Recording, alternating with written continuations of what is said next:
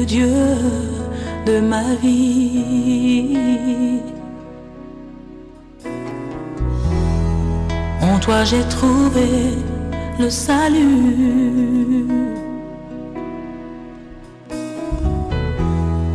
Reçois, oh Dieu, l'adoration d'un cœur que tu as sauvé. Je veux t'adorer.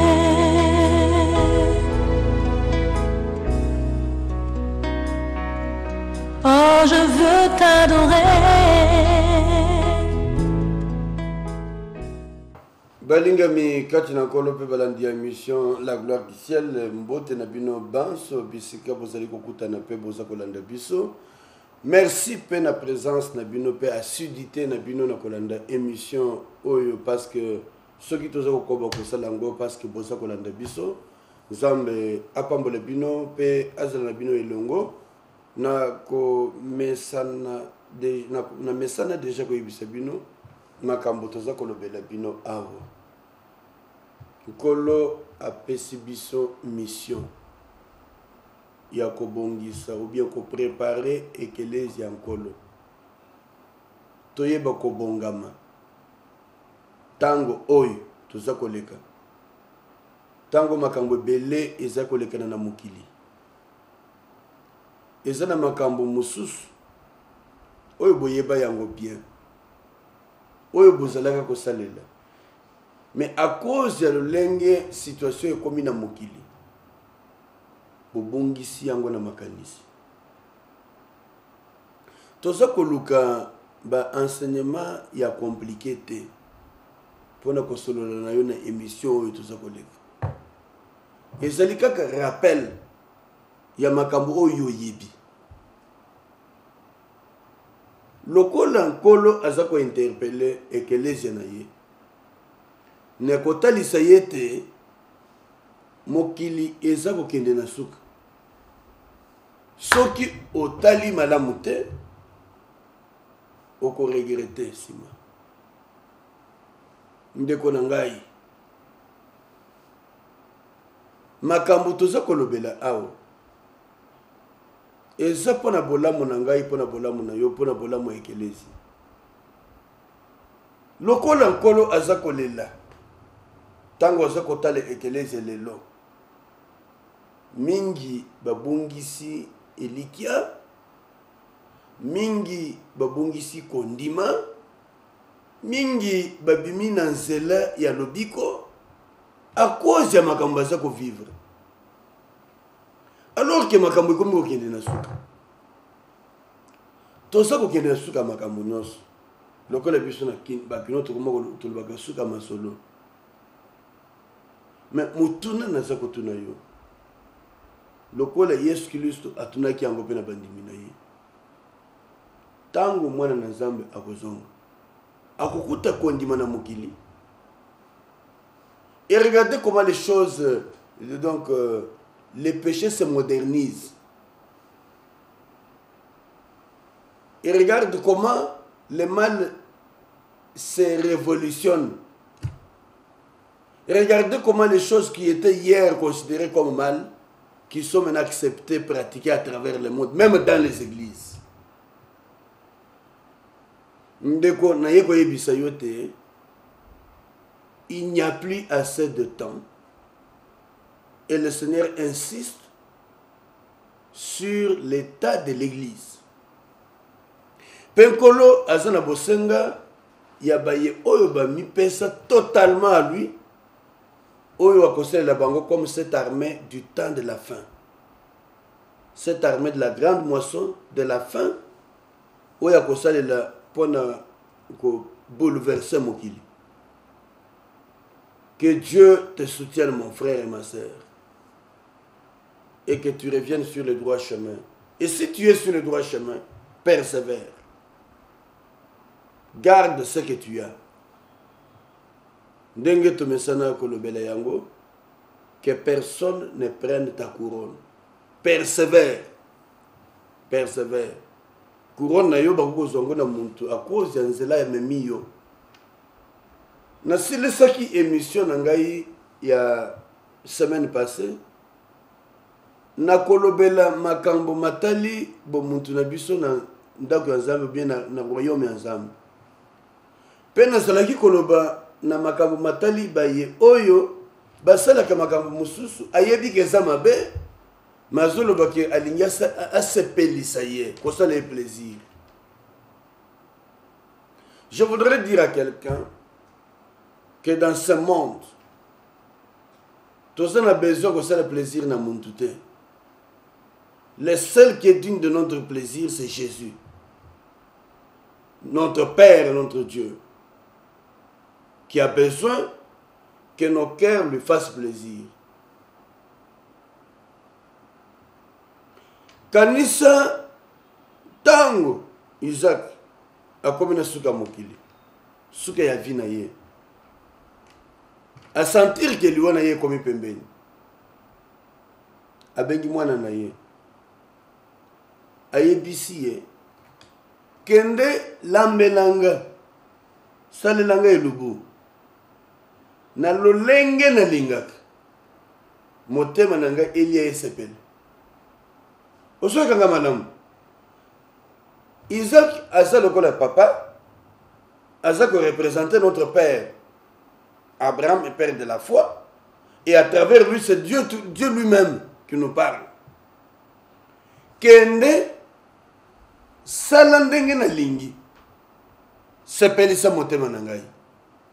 Nalia motema nangai sepela. Naza ko insister na iloko wana. Le long moni montoso comme me na mastumo fais-moi plaisir. Fais-moi plaisir. C'est un mot qui est utilisé partout. Mais totangi na Romains chapitre 12 na verset 2 balobaki na biso totambola ndenge wana te. To mi conformer na mokilité. To sala lokola banto mokilité. Mais toyeba ko bongo la mitema na biso. Pe ko bongo la makanisi na biso.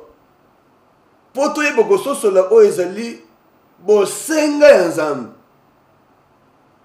Toyeba ko sosola oyo Nzambe alingi. Tango tokosele lango yango nde Nzambe akosepela. Oyo sepelisa motema na ye. Alobi kende zuwa eloko zwa nyama salelanga yelubu motema nanga elia esepela mbongo na pambo na yo. Donc Nzambe se réjouissaka pe na comportement ya biso. Nazala ko pesa bino exemple etali makambo ya Job. Na bandaki exemple mais na sukisaki yango te. Yoka eloko Nzambe azakoloba na Satan. Est-ce que omoni musali nanga Job il est intègre. Donc Nzambe azo sepela na bizaleli ya musali na ye na etamboleli ya musali na ye pe azako témoigner devant Satan. Satan alobi na ye te aza intégrité. Et ça pour opérer bozui. Parce qu'aza na bozui. Soko botoliye yango akowanga na yo.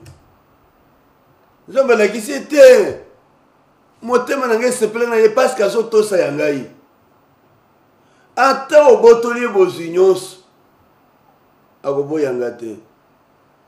Okotala ete tango apebisi vie ya Job et que bozunyo ce qui est sur son côté au lieu Job aboya Nzambe et le quoi nekangisi sur Nzambe il est devenu encore plus attaché à Dieu. Ceux qui sont de Dieu quand ils traversent des moments durs et difficiles ces moments les rapprochent encore davantage de Dieu. Ces moments ne les éloignent pas de Dieu. Quand il est dans l'abondance, dans la joie, il se rapproche encore de Dieu. Il sait que biloko yazui et Nzambe mutopesi. Tango bungisi yango a commis de souffrir, il se rapproche encore davantage de Dieu parce qu'il y a été nyon soazoki et saki ngolu na ye pe ayebi ke ndenga bungisa ko retrouver encore pe lisusu. Mais les lots tous na batna kati ya église. Tango aza na souffrance aye ko senga ba prière ba sambela le pona ye. Tango zui abosani o ya pesi. Combien de gens les lots? L'hôpital basaki na logo te basaki na ba église. Aza ko na tina kati église likolo ban. Abosani ka seka na mbete na ndako na ye. E wana ba jeune akota. Ba pasteur mona passe. Ko sambele butu tongo butu moi. Pasteur bondela ponanga, pasteur bondela, mais les lots pambolami. Ozu bokonzi.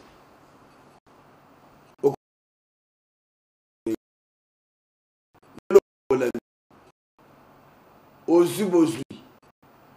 Obosani nzambe. Frère, tout le monde a vu sur liste, frère, j'ai pas le temps. Mais avant, tu avais le temps. Le temps, c'est une question d'organisation. Ceux qui ont yebi, ou yazo kamba motema na yo, okozala obligé au pese temps. Bino bokanisi ki biso nyonso tozaka kaka na temps. Nous avons aussi des temps qui nous prennent du temps. Toza pe na temps ya ko consacrer na makambo mosusu. Mais nous tozo ko temps wana côté ndenge nini. Kozala na église ndenge nini. C'est une question d'aimer quelqu'un. Quand on aime Dieu, on le sait. Mais église ya kobongisa ndenge nini. Et kobongisa ndenge nini si tu ne parles pas à l'église. Kotanga Bible ndenge na yo moko tanga kangote. Mais ce que otanga kangote, kenda ton église batangisa yo yango, okenda kapete. Okomo mondimika ya dimanche. Dimanche yango wana, ozoye na dimanche yango, mate esili. Mate esili. Muso komika kana suka. Na prière à clôture. Oyo kuti offrande des opesam. Et puis au bibo le bibo outi église. Oyo bien télé ko bataille jour. C'est comme ça que les gens vivent dans l'église. Toko na kondima ndenge nini. Il faut aller à l'église. Communier avec les autres. La Bible nous dit que la multitude de ceux qui avaient cru, ils allaient persévérer ensemble. Dans la prière, dans la fraction de pain et dans les enseignements des apôtres.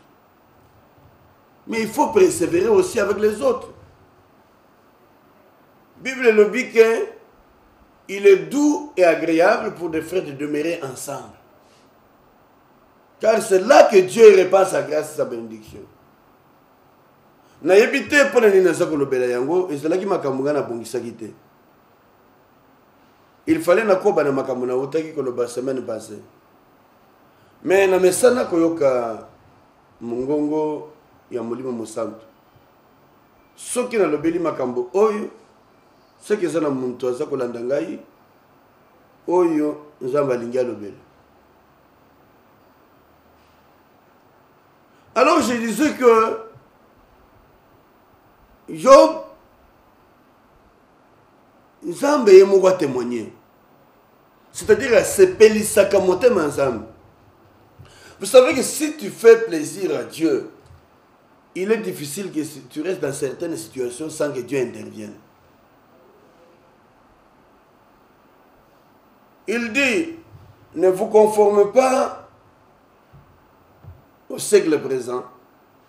Na version totangi ya la Bible du Samer, ne vous laissez pas modeler par le monde actuel. Le monde actuel, le monde présent, il y a des choses qui se modernisent. Certains péchés qui étaient créés hier ont changé de nom. C'est devenu moderne. Et quand les gens le font, ils ne se rendent pas compte qu'ils se comportent mal. Et quand ils continuent à vivre de cette manière, ils s'appellent toujours enfants de Dieu. Makambo tozoloba kobongisa ekelezi yankolo po ezala prêt à l'enlèvement et concerner muntu nyonso, y compris moi-même. L'air national boboy na za comité ya penga moko. Et ça na le belebino makambo na za comité ya ngamoko. Mais toko bongisa ma ndenge nini soki tozoki na ekelezi te. Toko bongisa ma ndenge nini soki tozosambela te. Et il persévérait dans l'enseignement des apôtres. Parce que vous persévérez dans la fraction de pain, partage la parole. Vous allez vivre en communion fraternelle. Mais vous allez persévérer dans la prière, l'ensemble. Ce sont des choses importantes pour la vie et la croissance normale d'un chrétien. Alors, Satan a simbi vie à Job. Job a fait cette démonstration que c'était parce que Zangi Bozui n'a pas wanga na ye. Et ça n'a pas tout musu so so tala musu qui a ça bien Zangi Bozui, azo que l'église, mais azo que n'olukani na église. Eh Zambe nangai. Ba que n'olukani na église. Parce que n'okutana na papa. Mon père. D'abord, pourquoi j'ai pris? Kosambela nkolo, kosambela nzambe, ezali preuve pour nangai, que nazane appui mususu te espérance mususu te, que yende papa nangai. Ozo kutana na monte, yo okina pa église, okina lukanini yo sana biloko nyonso.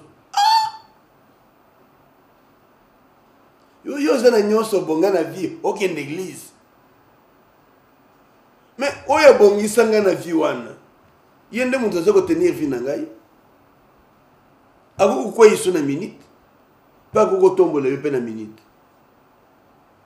Azo so babola oyo bazana le côté, bazana poussière na putulu. Azo vandi sabango na kiti ya bokonzi. Ako ko so pe mo konzi likolo a renverser ye. Mais ce qui osako sambela yete, osako pese motema na yote. C'est une preuve que se suffire yomoko. Ozo se suffire yomoko. Mais oyaki na mokili ndenge nini. Tu ne te suffis pas toi-même. Na lingina corriger loko moko na mutu ya bantu belé. Tozo sambela te parce que tozangi. Ozala mozui. Ozala mozute. Dieu est notre Père. Et celui qui reconnaît son Père, il doit le vénérer. Et yo bonga na vie. Osana nyonso. Okende pe église, ozo perdre temps. Donc, ngana ne ebiso ke soki obali, ozunda ko vande pa na yo ko yeba lisu nzambe. D'ailleurs, biloko mokilwana, ça n'apporte pas la paix. La véritable paix, c'est la présence de Jésus dans vos cœurs. C'est Dieu qui fait de nous des vrais enfants. Voilà pourquoi, tous ça l'obligation, il y a que melaye. Pourquoi? C'est une preuve que nous n'avons que Dieu comme espoir, comme appui, comme secours. Et je me soumets à lui parce qu'il est mon Père. Je n'approche pas Dieu, je prie parce que je vais flatter. Non, on ne flatte pas Dieu. Yokanga madame, on ne flatte pas Dieu. Vous, quand vous êtes rien, vous n'avez rien, vous allez prier, vous êtes des flatteurs. Donc vous voulez montrer que vous aimez Dieu pour que Dieu pense à vous. Non, c'est pas comme ça. On aime son Père, on est attaché à lui et on l'adore. Qu'on ait l'abondance, qu'on soit dans la disette ou qu'on en manque. on est là à ses pieds. Alors il faut changer vision de Makam. Nous aimons Dieu parce qu'il est notre Père. Nous l'adorons, il nous a créés pour l'adorer. Il nous a créés pour le servir. C'est très, très, très important. Ceux qui ont sosoli yango malam, okoyeba kolanda nzela oyo ezoko sepelisa motema nkolo. Alors tozaki kolobela makambo matali bomonto na biso na royaume ya Nzambe. Wana ntomo Paul alobi na biso toza ya Nzambe. Totangaki makomi na mukanda ya Philippiens chapitre 3 verset 20. Na verset wana alobi biso toza ya royaume ya Lola.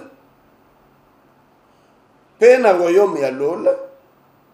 Alors que toza onase, toza kozela boye ya nkolo pour abikisa biso. Qu'est-ce que Paul voulait nous dire? Il voulait nous dire que la terre et tout ce qu'elle renferme n'était pas sa demeure.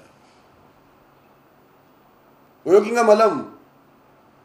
Alingai ayebisa biso ke mabele na oyo nyonso eza na kati ya mabele eza bisika ya evangeli na ye te. Mboka na ye eza na présence ya Nzambe. Yango asa koloba ke bomonto na ye bien citoyenneté na ye ezali na Lola. Je voudrais que tant nous soyons kotambola oza kosala makambo omituna avant osala eloko soki eloko kolinga kosala ezali yango eza na mibeko ya mboka ya tata na yo. Okomwe lelo bantu baza kotosa mingi bakutimu na bango me baza kotosa Nzambe te. Namoni bakutime ebele awa ezali ke na mboka na kutime na biso basalaka boye te soko osali boye kokoma boye so okomona baza kotosa yango mais babosani ke baza lisusu bantu ya kutime te bakomi ya royaume ya Nzambe. Na mesana mpe kopesa exemple soki okendaki epa nganga ou bien epa médecin apekisi yo kolia eloko songolo parce que soki olia yango okosala crise okokufa. Okomona lolenge nini oza kotosa yango mais soki liloba Nzambe epekisi soki osala eloko parce que soki osala yango eza masumu kobunga yo koloba non Dieu va pardonner, Dieu va comprendre. Yo kanga madame, on ne se moque pas de Dieu. Bible lobi oyo loni okobukango oyo kolona nde okobuka. Alors Thomas Paul a kolakisa biso ke vie na ye eza ko dépendre lisusu na mokilité eza ko dépendre na lolo lokola azalaki kotosa bakutime ya mboka na ye kala.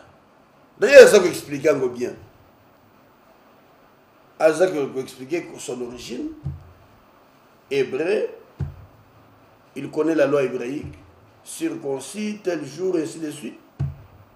Azak koto sango. Alors bien que ceux qui tosongi na makambo matali mibeko ya mokili na yebi yango.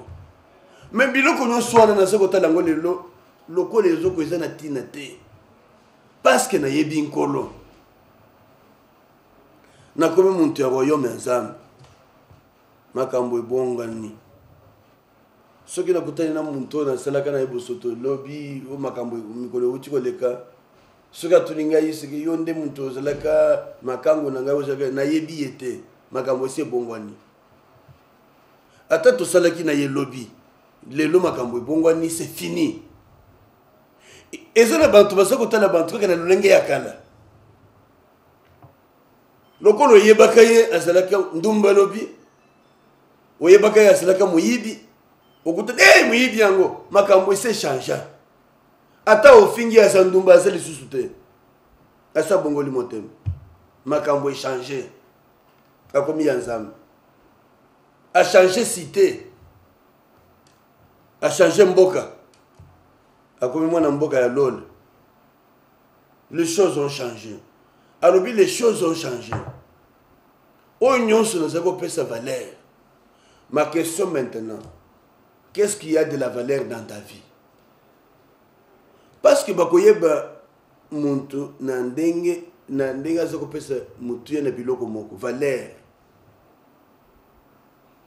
Ça veut un prince ou ezali héritier au royaume ata za mwana muke depuis bo mwana basoko tangisa ye ke yo sa prince. Et ça pose na ngona makanisi ke vina ye sa lokola bantu nyoso te. Et prince basoko tangisa ye ndenge kotambola. Ah on moni moi bébé moko botami ya. Oh prince abotami. Est-ce que ba bébé botama na mboko te? Mais pour nani ba pesi valeur na wana botami na Grande-Bretagne. Parce qu'on considère que c'est le remplaçant du roi. À ça bébé, il faut qu'on ait un message dans les réseaux sociaux. Hey, prince. Le futur roi. Mais tu es aussi un roi, tu es un futur roi. Tu es un prince royal. Un prince du royaume de Dieu. Mais comment tu te déshonores comme ça? Ne te déshonore pas mon frère. Moutouna nangai yambo tolanda lo yembo kuchikoleka ezalaki boy nini eza ya mutuna ya mutu ya liboso na yo. Tout est fonction de la valeur que tu donnes aux choses de ta vie. Et la valeur que tu as pour ces choses se démontre et s'explique qu'est-ce qui est important, qu'est-ce qui a du prix dans ta vie. Si c'est Dieu qui a de la place dans ton cœur, ça se verra aux yeux des autres. La Bible nous dit que c'est de l'abondance du cœur que la bouche parle. Quand ton cœur est plein de Dieu, les hommes verront que tu as Dieu. Mais quand ton cœur est plein de la débauche, on ne saura même pas la manière dont tu parles. Même par animation. Si vous avez une matanga, ou bien que vous avez vendre, débat non social,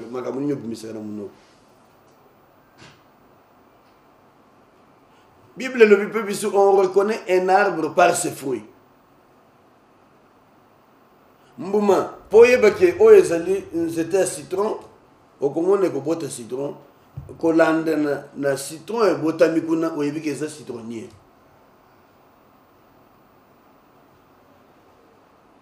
Orange ko yeba na po o eza orange. Yebi sanga de seconde pour moi c'est pas mon bali. Quelle est la vie que tu mènes? Alors tolobi Thomas Paul alobi yabiso mboka ezali kuna na lola bisika wapi tozako zela boye ya nkolo Yesu Kristo po ya kobikisa biso yango na lobaki ke enlèvement ezankolo azo ya kobikisa o yaye. Pourquoi? Parce que monde ekokende na perdition. Monde ezakokende na kobebisama. Monde oyo ya mokili mabele ezakokende na etumbu. Nkolo kotika jamais yayeba kende na etumbu. Alors ndenge na lingi ko nazo koloba na yo na lingi yo bikisama. O échapper na etumbu. Pour échapper, esengeli déjà vous allez préparer les lots. Vi oyo komene lo lenge na yo kotambola ezela pona kotosa nkolo oyo alingi biso. Alors tozali koloba ke tango Thomas Paul aza koloba ya biso mboka ezali kuna na lola bisika wapi toza kozela boye ya nkolo pona kobikisa biso alinga koloba boye mokili nama ye nyonso ezala mokili etali yete eza mboka na yete na lingi te o comprendre nga mabe na lobi te ke toko kosala mosala te na lobi te ke okokotanga te na lobi te ke okokolata te okotanga okotinda bana na classe okosala mosala okozwa salaire okofutela bana classe mais la vie que tu vas mener tout en faisant ton travail là devra pas être conforme à la vie du monde. Osala musala na yo osala musala. Oyebi pe que osala mokili oyo te. Na kati ya musala osala kosala oyebi ke mokili na onyonso eza na mokili eza ya mboka na yo te. Osala kotosa oyo eza ya mboka na biso. Sa citoyenneté était dans le ciel. En faisant cette déclaration, Paul azalaki kolobake vision na ye ya mokili ebongwana. Emoneli na ye ya mokili ebongwana. Yango wana za kotalisa biso na Romain ndenge na utaye kotanga. Alobi soko mipesi omipesi na Nzambe. Lokola sacrifice vivant. Eteni mi bale kolana. Komipesi na Nzambe za nini? Kopesa bomo ina yo na nkolo. Soki ozwi décision ya kopesa bomo ina yo na nkolo Yesu Kristo lokola mokozi mbikisi na yo. Et kozala impossible au continuer na vie ya kala. Il faut bongwana. Et kozala impossible au continuer de ngozalaki. Parce qu'il faut échanger. Il commence par dire, je vous exhorte à vous offrir à Dieu, à vous donner à Dieu donc. Il y a des gens qui se disent qu'ils se sont donnés à Dieu, mais à travers lesquels on ne voit aucun changement. Alors, tant que ça koloba, que nationalité n'a pas commis na lol, et l'ingi kolobate, vision et moi na ye makambo bongo ni échanger a commis ndenge mususu omona ka makambo ndenge nini kaka dans le sens pervers, jamais comme le ciel voit. Yango wana akoma iko cette déclaration que onyo sozaki na mutu ye pona ngai naza kotala ngo lisusu na mutu ye te. Parce que makambo changé. Onyoso nazai ko pesa valeur, nazo pesa ngo valeur te. Donc si tu as fait ce premier pas, le deuxième pas sera que on se conformer les choses on se conformer et changer. Il faut que les gens qui te voient dehors voyez que les choses ont changé et tu es devenu différent. La vision du monde est commis suivant et moi Nelialol. Alors lui, soyez transformés par les renouvellements de votre pensée. Donc, le lengue bino comme on a makam. Tu ne vois plus les choses comme un mondain. Yangwana na lobaki que ceux qui osalayi kosala ekobo lobina muntu. Et kabunga qui on a bakanisi pendant un temps. Oui, vous avez quelques jours après. Ah ben ce qui n'a pas yebise na yebi yote. Parce que vision n'a pas changé. Yo continue à se modeler dans le monde. Moi j'ai changé. Attends ce qui me semble bazola qui sayo et zola qui saba aspect ya bien. Donc quand la vision n'a changé, tu as laissé ça. Et tu ne peux plus y rentrer dedans. Toujours Thomas Paul à ça que le bobo. Si quelqu'un est en Christ, donc ce qui monte à côté de Christ, à Bongwani, à combien qu'il a musique, ma cambonio se Bongwani, à combien yasika, ma cambonio se a calasé au sol éticalissima et l'équi, vinaye bandi asika, na partir yawana à Bongoli motem. Ça veut dire que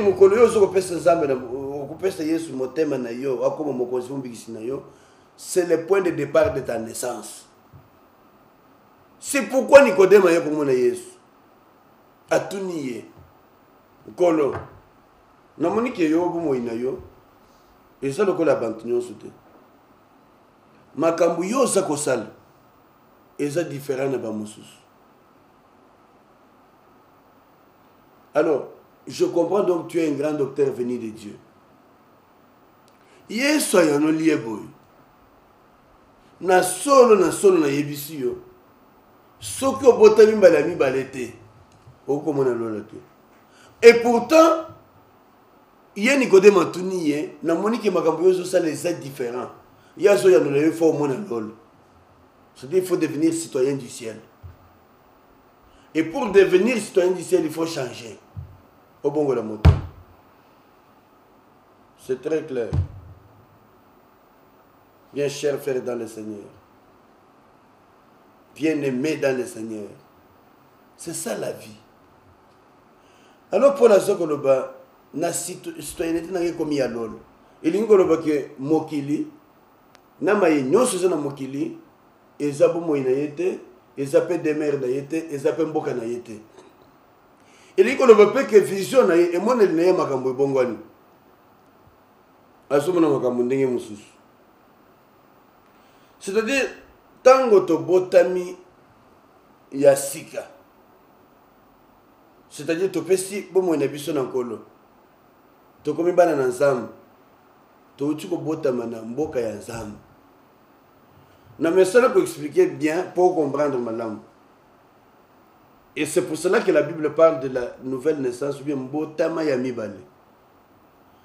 Soki olingi okote na mokili matériel oyo.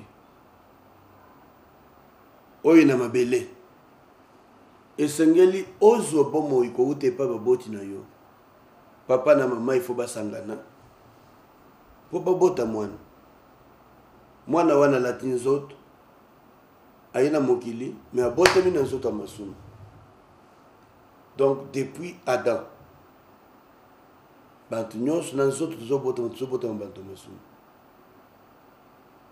Wana naissance wana permettre yo obotama na mokili ozola nzoto ya bantu lokola biso kasi lola ezandenge moko na mabele te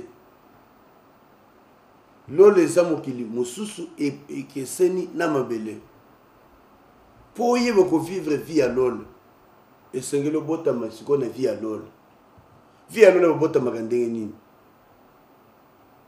tango oza koreconnaître koza musumuki oyebi nzambe te ozomene vi na yo ndenge olingi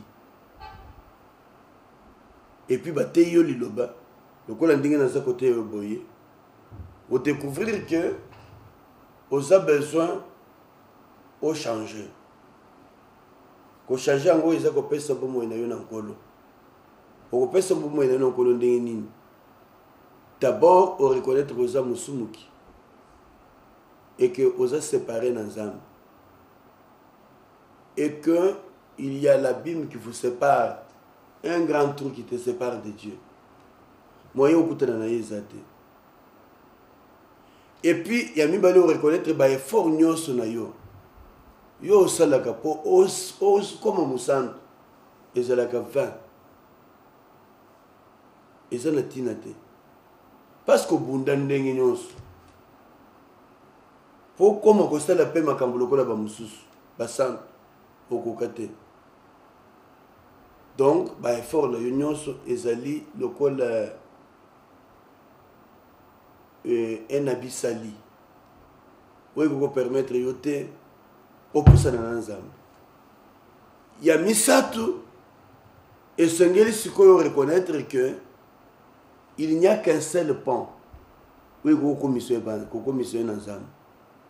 C'est-à-dire que pour Nabi Moïse se séparer, le boulot est entre eux et ensemble. Moi, je vais traverser Moïse. Mais Zambe a scellé au pont. Pont, on est allé à l'église de Christ. Jésus Christ monta ya kukufa na église. Pour yo okoka kotambole likolo ya église pour comme pas ensemble.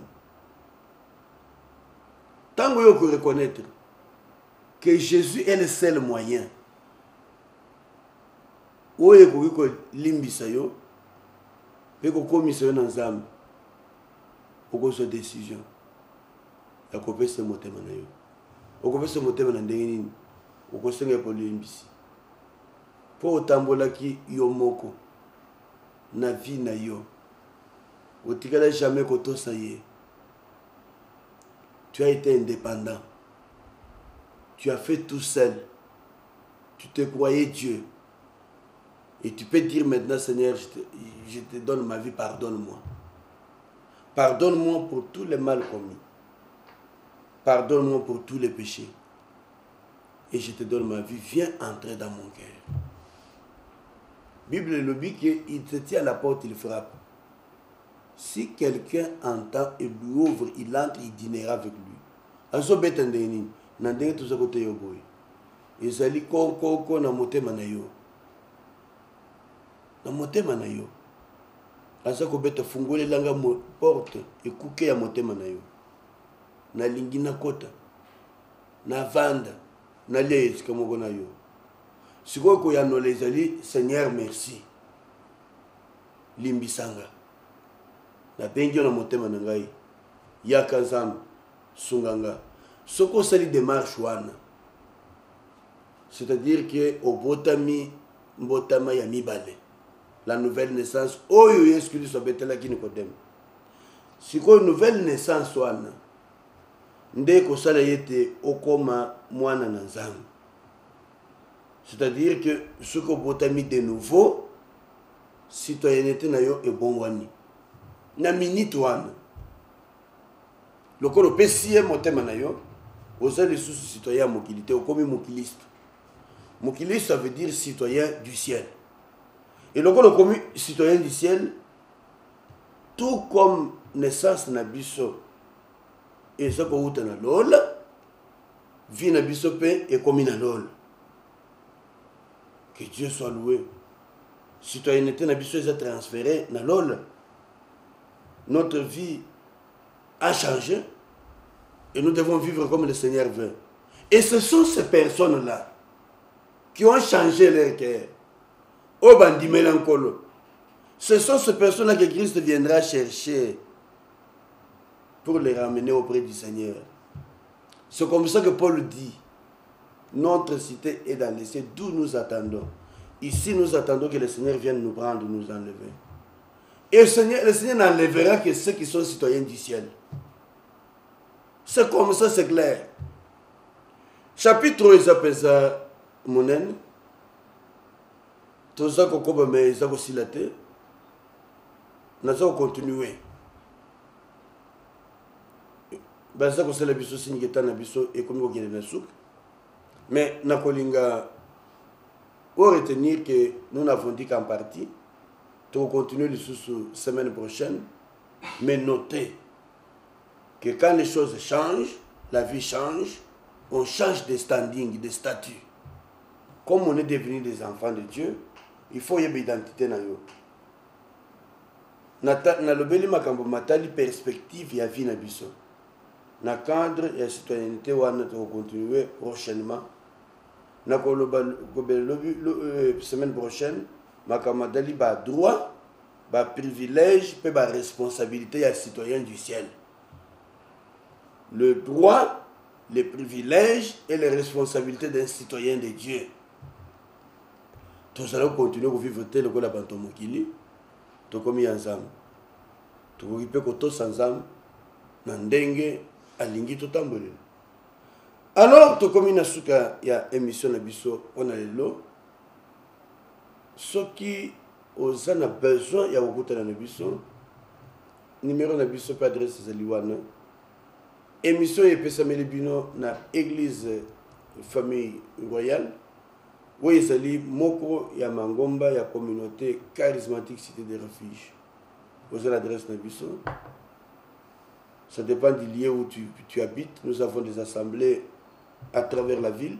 Nous pouvons aussi vous orienter si vous n'avez pas où prier. To telemeliwana to ko samela pour la si Satan nabiso il y a réunion nabiso il y a émission nabiso de l'eau. Merci Père pour la grâce que tu nous as faite aujourd'hui de poursuivre ces enseignements et d'édifier tes enfants. Nous sommes toujours conscients de la responsabilité que tu nous as donnée. Et nous voulons, Père, en exécutant ce que nous faisons, te demander de soutenir tes enfants dans ce pays et à travers le monde. Nous avons toujours besoin de ta grâce et de ton appui. Aide-nous. que ceux-là qui ont pris la décision aujourd'hui, à travers cette tranche, de te donner leur vie, que tu soutiennes leur marche. Père, aide-les à vivre dans l'harmonie avec toi et à honorer ton nom.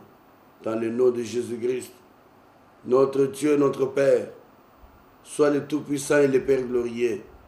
Manifeste ta grâce et ton amour et soutiens notre marche, soutiens tes enfants. Nous voulons que ce jour-là, quand tu réapparaîtras, nous soyons enlevés à ta rencontre. Mais nous voulons être préparés, Père. Aide-nous. Là où nous avons des faiblesses, soutiens-nous. Là où tes enfants ont besoin de te soutenir, oh Dieu, marche avec eux pour les orienter vers la voie céleste, la voie royale et honorer ton nom. Au nom de Jésus-Christ, nous t'avons prié et avons recommandé tous ceux qui nous ont suivis que ta grâce et ton amour reposent sur eux. Au nom de Jésus, nous t'avons prié et nous te disons Amen. Amen. Au revoir et à la prochaine. Tu es le Dieu de ma vie. En toi j'ai trouvé le salut. Reçois, ô Dieu, l'adoration d'un cœur que tu as sauvé. Je veux t'adorer.